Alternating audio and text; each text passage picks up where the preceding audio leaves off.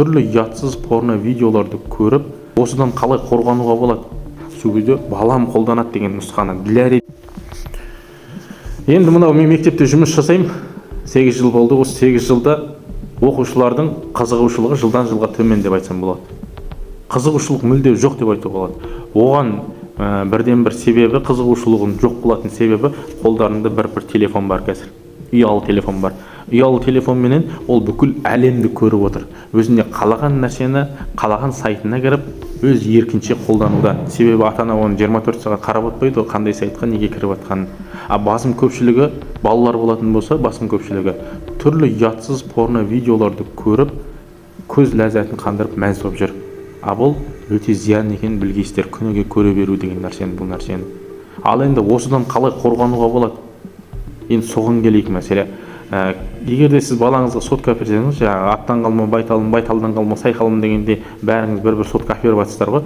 Осыны әперер кезде мұқият тыңдаңыздар. Осыны әперер кезде кез келген сотка аккаунт ашылады. Аккаунт сотка жұмыс жасамайды, жаңа сотка. Аккаунты болу керек. Өзінің аккаунт деген нәрсе сотканың жаңағы бағдарламасы.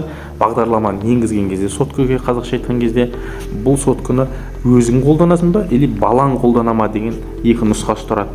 Сол кезде балам қолданады деген нұсқаны, для ребенка деген нұсқаны таңдап, бағдарлама енгізу керек. Сол кезде бұл баланың телефоны екені, жаңағы телефонның жадында сақталып тұрған екен, түрлі ұятсыз порно сайттарға кірмейтін болады сотка. Осыны көп ата-ана білмейді, өзінің қалған соткасын бере салады, өзінің соткасы үлкен адамдарға арналған. Ол соткада ешқандай рұқсатсыз-ақ сізден сұрамай-ақ үлкен порно видео сайттарға кіріп кете береді. Соны көріп, балалар көз ләззатын қандырып, күніге со нәрсені үймелеп, көшеге шығып алып көріп, мәз рахатқа бөленіп жүр. Ол нәрсе күніге қайталанатын болса, ол өте зиян болатынын білгейсіздер. Осы нәрсені сіздердің құлақтарыңызға құлақ қағыс ретінде айтып жатырмын. Білмесеңіз, қазір телефондарын тартып алыңыздар да, білетін адамға апарып, жаңағы балаға арналған аккаунтын аштырып, баланы сондай сайттарға кірмейтін етіп қойыңыздар. Сіз 24 сағат бақылай алмайсыз, оны қайға кіріп жатқанын білмейсіз. Сол үшін жаңағындай сайттарға кірмеу үшін жаңаны істеп қою керек. Міндетті түрде.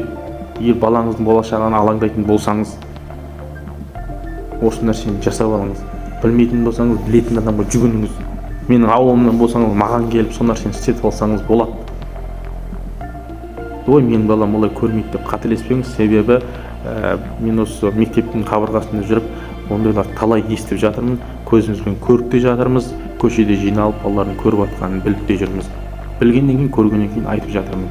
Шырылдап, әр қазағым жалғызым деген сөз бар ғой, жаным ашып айтып жатырмын. Ал енді осыны бейнетаспан таратып қойыңыз, біліп жүрсін ата-аналар. Осындай мүмкіншіліктер бар екенін, сондай сайттарға кірмеу керек екенін, балаңыздың не істеп жүргенін хабардар емессіз ғой. Сол үшін осындай кішкене болса да алғы шарттарын алып, сотқа әперме демеймін, бірақ осындай нәрселерді біліп жүрген абзал. Аман болыңыздар, еліміз аман, жұртымыз тыныш болсын. Бала біздің болашағымыз, бала біздің ертеңіміз ғой. Баланың біз мысалға ондай нәрсені бірде-біреуін көрмей өстік. Білмейміз, бізде сотка деген нәрсе болған жоқ, біз жаман болған жоқпыз одан, Аллаға шүкір. Ал енді мыналардың ертең қалай болатыны белгісіз. Сол үшін ата-аналар алаңдаңыздар. Аман болыңыздар.